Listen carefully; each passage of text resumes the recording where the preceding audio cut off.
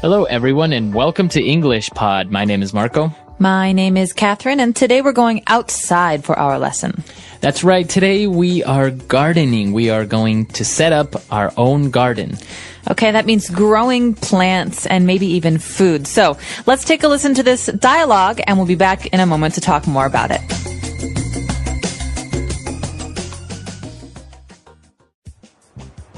I've decided to grow my own garden. What? You don't know the first thing about gardening. On the contrary, I've been reading a lot of books about the subject. Oh yeah? Tell me then, smarty pants. How will you go about setting up your garden? Well, first I need to buy some things such as fertilizer, seeds and tools.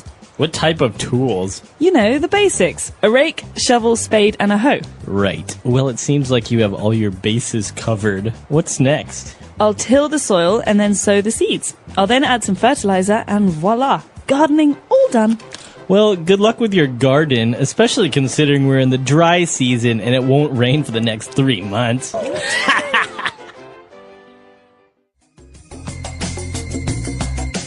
right, we're back. So a lot of vocab related to gardening. We mentioned a lot of tools, and we're going to explain a lot of those now on Language Takeaway. Language Takeaway. Okay, so gardening has some very special tools, like you said, Marco. The first one is one that I am not, well, it's actually not a tool. It's a part of gardening, something that we use to help the plants grow, and I really don't like it because it smells bad. Exactly. It smells kind of bad, and it has a very strong smell, and that is called fertilizer. Fertilizer. So basically, fertilizer is something that you use in a garden to help the plants grow better. Right. I think it has a lot of vitamins and minerals that the plant needs to grow better, faster, stronger. Exactly. Fertilizer. Okay, good. And well, now we're going to mention 4 tools that we use in gardening, basic tools. The first one being a rake. A rake. Rake. So a rake is actually something that's very common in most houses, especially houses with a yard or a garden. It's not just a gardening tool, but it is something that has a long handle, and we use it to clear the ground of rocks or leaves. Right. So just imagine it's kind of like a big brush for your garden. It collects things, right? Right. It's like a big brush it's pulling things out of the ground or away from the ground, especially in the fall, like October or November, when all the leaves fall off the trees and you have to take them off the grass. You use a rake to pull them. So you use a rake to pull them, and you also call the action of using a rake, you say you rake the garden. To rake. Okay. That's right. So to rake the leaves. I hate raking the leaves. All right. And now the other tool that we have is very common, not only in gardening, but for construction work, for many things. You have a shovel. Shovel. So a shovel is basically a big metal spoon. Right. And you use it to make a hole in the ground. Exactly. So, as we say, we use it a lot in gardening to make holes for maybe the plants, but also in construction, if you want to make a hole in the ground and things like this, you use a shovel. And now a smaller version of the shovel that you use only with your hand, this is called a spade. A spade. So this is very small, like you said, and it's actually special because of its shape. A spade has a point. A shovel is round and a spade has a point. And what's interesting, Marco, is it's actually very common somewhere else. In cards. That's right, in cards. So cards have different shapes. One is a heart, one is a diamond. One of them is a spade. So the one that's pointy, that's called a spade, and it's used for digging kind of precision holes. Right, exactly. So maybe you don't want to use a big shovel. If you want to make maybe a small hole in the ground, you would use a spade. And now our last tool has a kind of a funny spelling. It's H-O-E, and it's pronounced hoe. Hoe. So again, this is a tool with a very long handle, and you use it to maybe make the ground softer or to turn up the ground. So when you're first starting to plant a garden, the ground is very hard. It's very tough, right? And this is a really important tool for that period because you can basically turn up the ground. You're not digging anything, but you're mixing up the dirt a little bit to make it softer. Okay, very good. So that's when you use this tool. It's kind of a dirt or a soil mixer. You can also pull out those nasty weeds with a hoe. Okay, good. So 4 key tools that we've just taken a look at now. But now let's move on to 2 verbs that are basically very important when you're talking about gardening and all this. Is as you mentioned, you talked about mixing the soil. And in the next line, we see that it says, I'll till the soil. To till. Okay, so basically this is a way of turning up that soil, but you're doing it kind of in lines, right? So you're mixing up the soil and making it soft. You're preparing the soil for planting. And so you till the soil. Soil, of course, in this case is that dirt. It's earth. Right, it's earth. So to till is to prepare it for planting. Till the soil, that's right. To till the soil, okay. And what do we do after the soil has been tilled? Well, then we sow the seeds. Okay, so seeds are baby plants, basically. And we sow the seeds. When we sow the seeds, we're putting the seeds into the ground.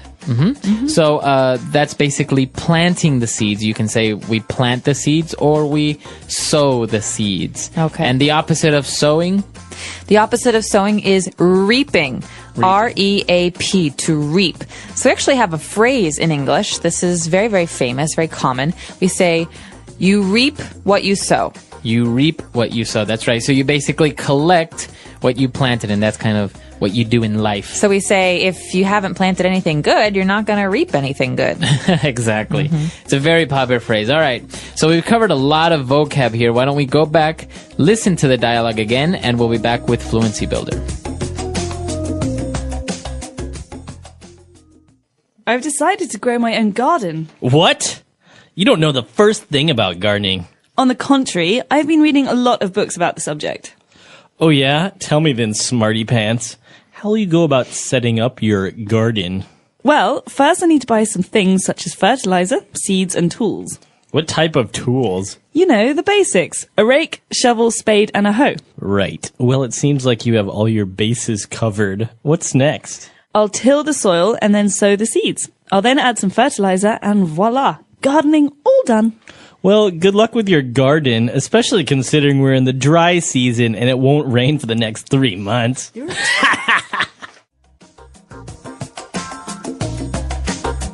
All right, we're back, and we have 4 phrases for you on Fluency Builder, and we're going to take a look at those now. Fluency Builder. This first phrase is useful in any conversation, I think, especially if you're trying to impress somebody. So basically, one person in this dialogue says, you know what? You don't know the first thing about gardening. That means you don't know anything about gardening. And what does he say in response? On the contrary. On the contrary. So the contrary means the opposite. So basically, this means the opposite is true. Right. You're basically saying, I disagree. What you are saying is false. It's actually the opposite. So maybe, I have a feeling, Marco, that it's going to rain tomorrow. Actually, on the contrary, I saw in the news that it's going to be very sunny tomorrow. Oh, well, that's good news. So that's a way of maybe politely disagreeing with someone or saying to someone that, well, you're wrong. It's actually the opposite of what you're saying. Okay. Moving on to our second phrase. It's actually a colloquial way of kind of making fun of someone. When you say, all right, then, smarty pants. Okay, smarty pants. Don't think about this too much. We're not talking about pants, actually. Right. But this is a way of saying, okay, if you're so smart, then tell me that. It's sarcasm. It's sarcasm, exactly. Yeah. So this person says, oh, actually, I know a lot about gardening. And the other person says, oh, really, smarty pants? So you can actually describe a person in this way. Maybe a person that it thinks they know a lot, or sometimes what you say, a Mr. Know-It-All. You also say it's a smarty pants. Right, so someone who thinks they know a lot, or everything even. Right, Mr. Know-It-All, or a smarty pants. All right, and our third phrase is interesting because we have a setup here. When the person says, how will you go about setting up your garden, right? Okay, so to go about doing something. There's two important parts to this. So, Marco, the first part is how you go about. This means how you do. Right. So you're basically, how will you do this? What's your approach? What's your approach? So how will you go about plus and then the verb in ing. So how will you go about setting up your garden? How will you start, or what is your approach to creating your garden? So maybe, Marco, you want to write a book, and I can ask you, well, how will you go about starting your book? Right. Or if I'm writing a book, you can say, how will you go about investigating for your book? Mm-hmm. So what is the approach you're going to take? How will you do it? How do you plan on doing something? Exactly. And our final phrase here is very commonly used for all sorts of situations. Basically, if a person is prepared, you say, well, you have all your bases covered. Okay, this is a great phrase. It comes right from sports. Very common in English to have sports phrases.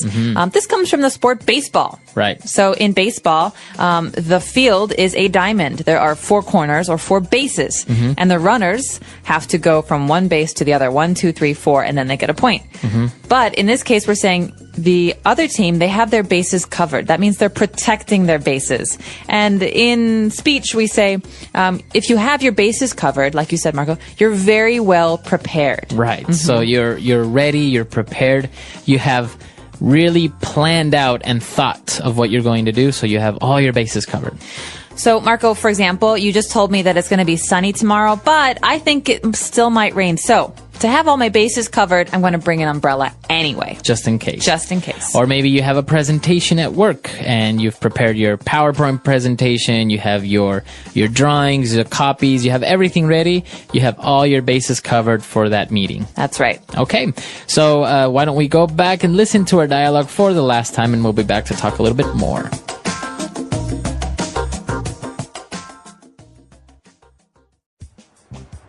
I've decided to grow my own garden. What? You don't know the first thing about gardening.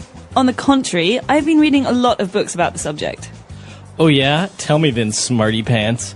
How will you go about setting up your garden? Well, first I need to buy some things such as fertilizer, seeds, and tools. What type of tools? You know, the basics. A rake, shovel, spade, and a hoe. Right. Well, it seems like you have all your bases covered. What's next? I'll till the soil and then sow the seeds. I'll then add some fertilizer and voila, gardening all done. Well, good luck with your garden, especially considering we're in the dry season and it won't rain for the next 3 months.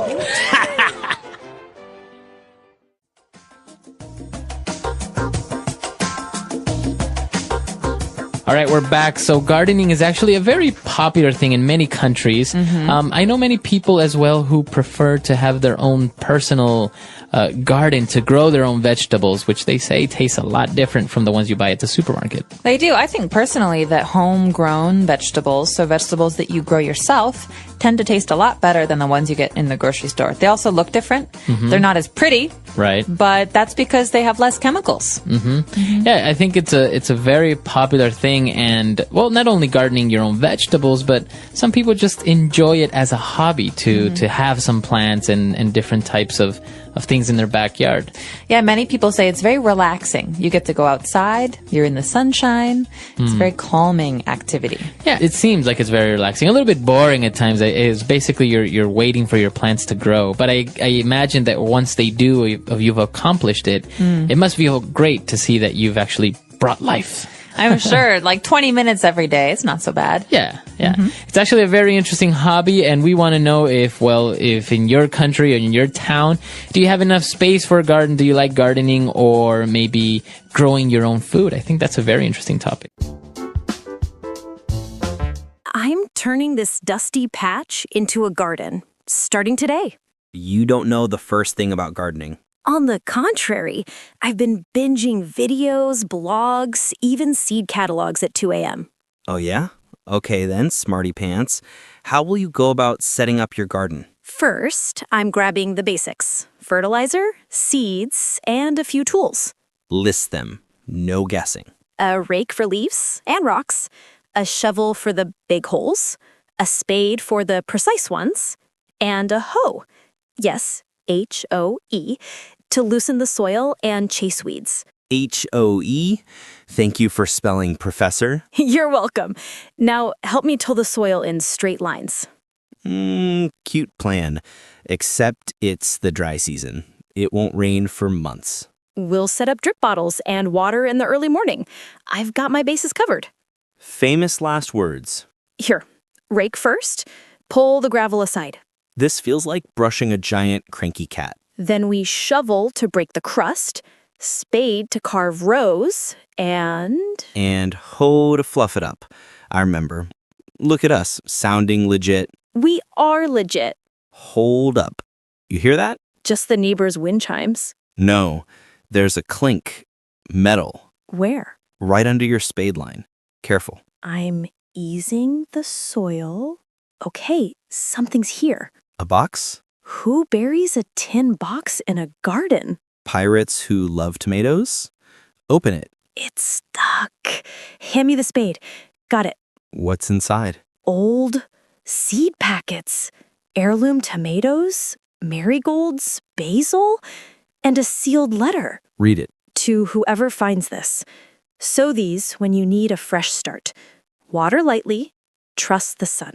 That's weirdly perfect. After this year, I'll take any fresh start. Then let's honor it right. We'll test a few seeds, not the whole stash. Good call. We'll soak them for 30 minutes, sow shallow, and label everything. Before we sow, fertilizer. Not too much, just enough to boost the soil. We're not making a cake. Speak for yourself. My compost is award-worthy. From which award show? The Oscars of rot? Okay, ready for a light water? Wait, careful with the pressure. I barely turned. It spurts then blows a wild geyser straight into the sky. Kill the valve, kill it! I'm trying. Twist the red handle. No, the other. Found it. Well, that was dramatic. I feel like a solid. A fresh start and a rinse. 2 for 1. Wait, wringing my shirt. You sure you still want to do this? More than ever. Chaos is just part of the story. Then how do we go about sowing these mystery seeds? We'll make shallow furrows with the hoe, drop 3 seeds per spot, cover lightly, pat, and whisper nice things. Grow, you tiny overachievers. Perfect. And we'll plant marigolds as borders. They keep certain pests away. All your bases covered again, huh? I'm trying. These seeds are from 1986. What if they don't sprout? Then we resow with fresh ones. You reap what you sow, but only if you sow in the first place. Right. No planting, no harvest. Exactly. And I'm done waiting for life to plant itself. You know, that letter, when you need a fresh start. My mom used to say that about spring. She passed last year. We never got to plant together. Then today's for both of you. Yeah. Today's for both of us. Okay, scientist mode. We'll mark 1 row heirloom test, another modern mix. All set morning watering alarms every other day. Short and slow. And we mulch to keep moisture since it won't rain for months. Look at you, quoting the forecast. I skimmed 3 articles and a forum. The internet knighted me. Sir Luca, protector of soil moisture.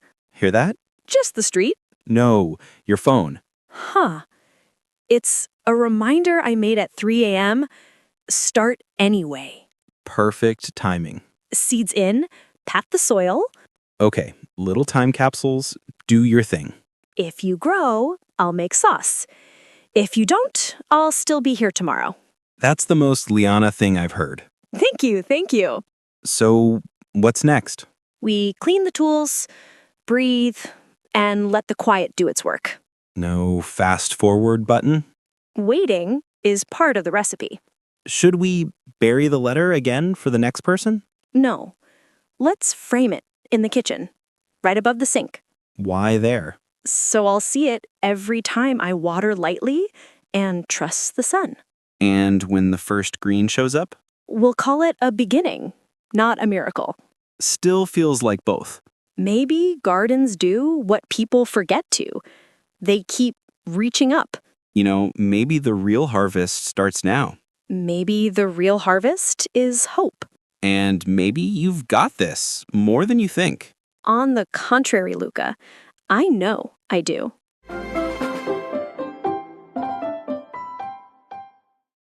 My name is Danica. I am 34 years old. I have a husband. His name is Austin. He is 38 years old. We have been married for 12 years. We have one daughter. Her name is Stevie. She is 10 years old. My husband is not here yet. He is still at work. Every day is the same. He wakes up early. He leaves fast. He comes back late. He eats little. He sleeps little. He works, and works.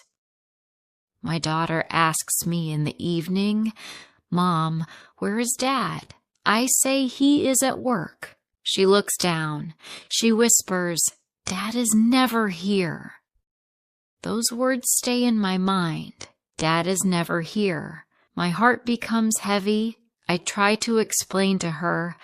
I say, "Your father is working for us. He wants a good life for the family." But she does not smile. She only says, "I don't want money. I want Dad." I cannot answer because I know she is right. Sometimes I call my husband at night. I say, "Please come home early. We miss you." He answers with the same words. I cannot. I have meetings. I have deadlines. I am doing this for us. But I wonder, is it really for us? Or is he running from us? I remember when we first married, we ate together, we laughed together, we dreamed together.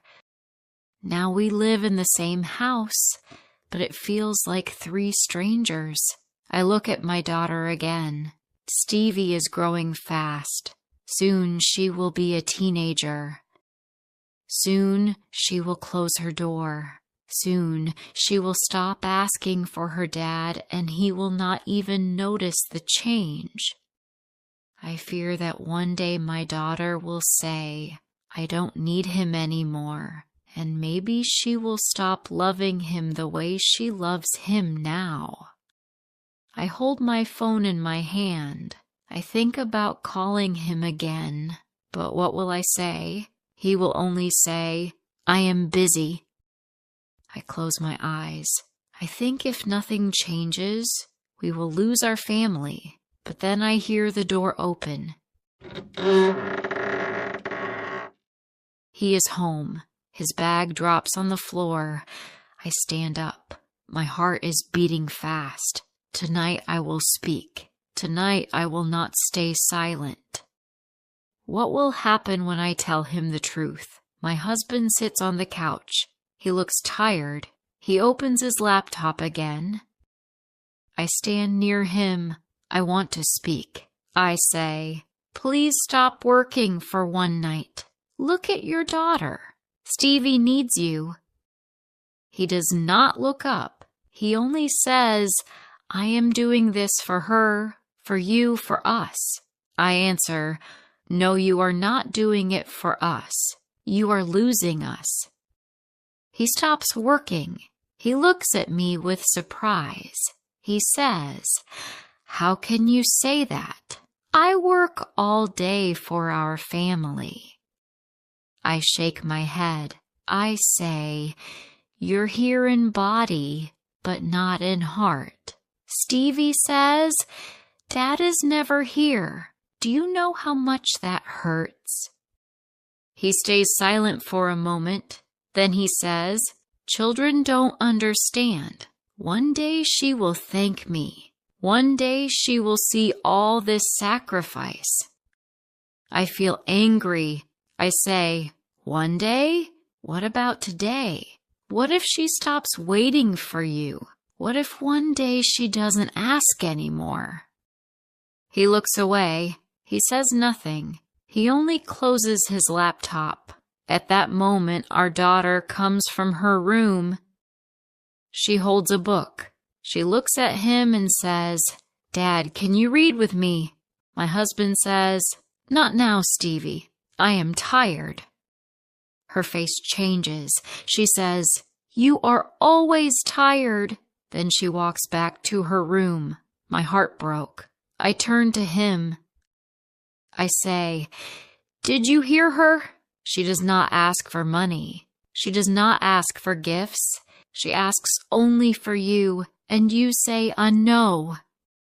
He answers, "I will read tomorrow." I look at him with pain. I say, "What if tomorrow is too late?" My husband says nothing. I know this is the beginning of a war inside our home. I think if nothing changes, our family will break. But he does not see it yet. Then my phone rings. It is my sister. She asks if we will come to her son's birthday this weekend. I look at my husband. He says, "I cannot. I have work." I want to scream, but I keep quiet. My daughter stands in the hallway. She hears everything.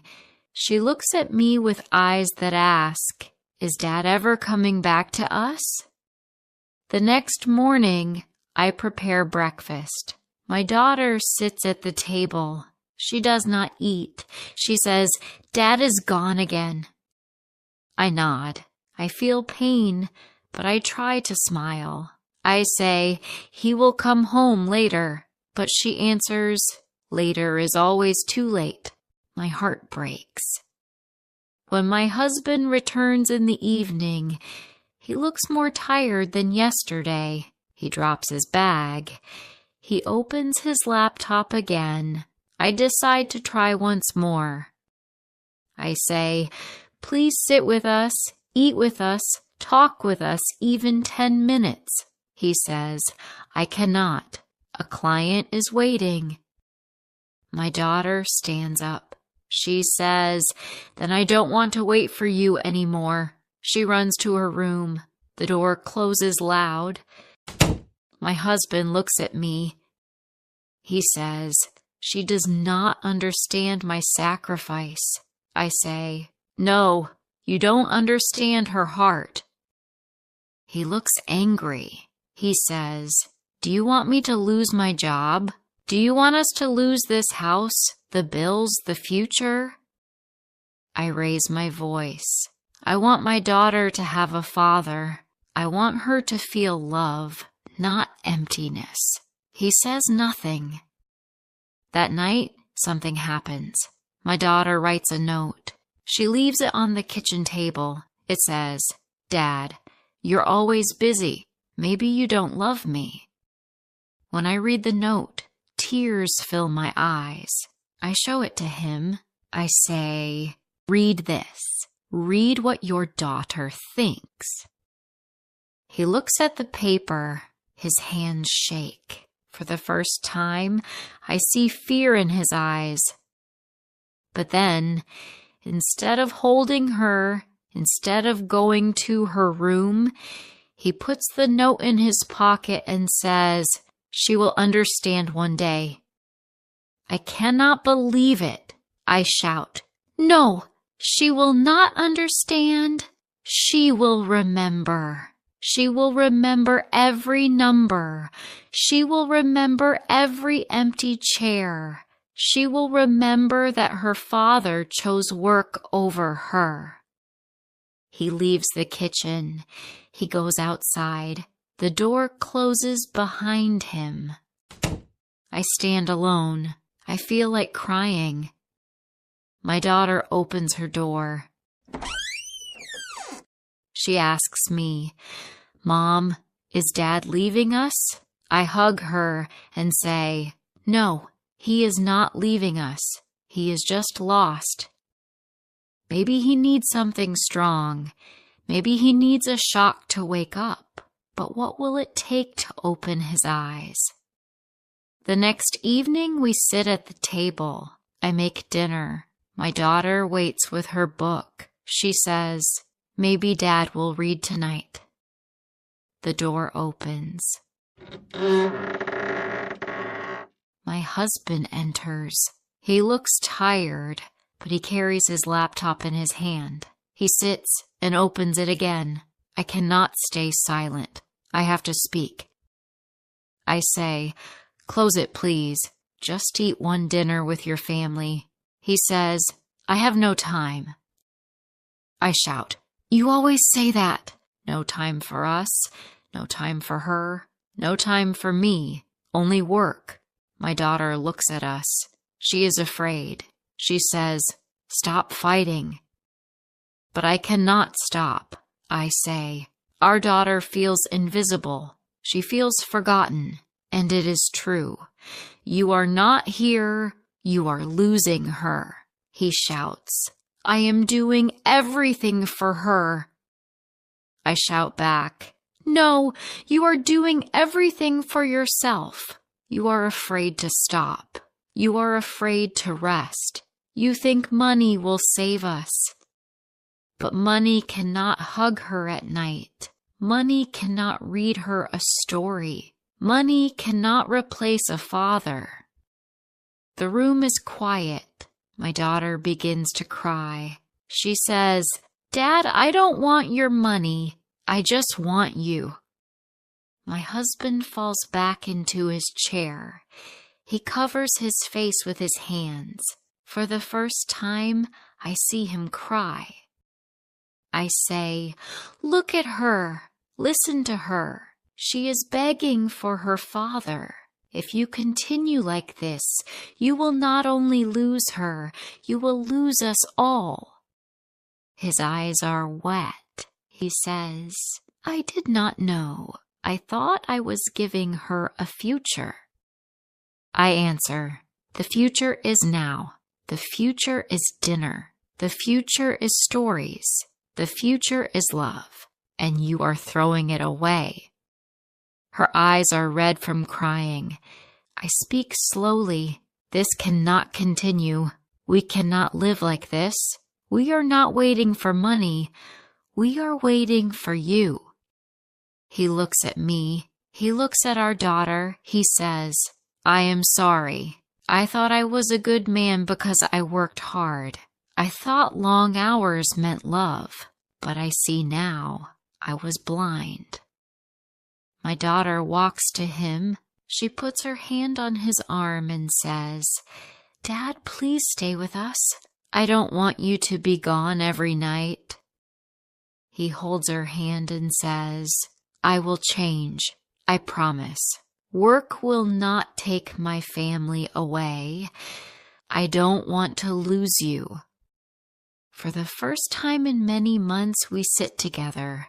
No laptop, no phone, just us. Later, when my daughter sleeps, I sit with him. I say, "Do you understand now?" He nods. "Yes, I understand." He says, "Money can come back, but time cannot. If I lose time with you, I lose everything." I feel relief, I feel hope, but I also know the truth. Change will not be easy. He must fight every day to keep balance. The next morning, my husband wakes up early, but not for work. He wakes to make breakfast. He smiles at our daughter. He says, "Today I will walk you to school." She looks surprised. She says, "Really, Dad?" And he answers, "Yes, because family is my first job." I watch them leave the house together. My heart feels happy. Maybe we almost lost everything, but now we have a new chance. The money can return, the job can return, but the time spent with family never returns. If we lose it, it is gone forever. What do you think is more important in life, money or the time you give to the people you love? Work is important, but work is not everything. Many people think they show love by working harder, by buying things, by filling the house with gifts. But children don't remember the price of the toy. They remember the stories, the dinners, the laughter. They remember your presence, not your presents. So do not wait for tomorrow. Sit with your family today. Speak with them today. Listen to them today. Love them today, because tomorrow is not promised. If you enjoyed listening to this story, please like, comment, share, and subscribe.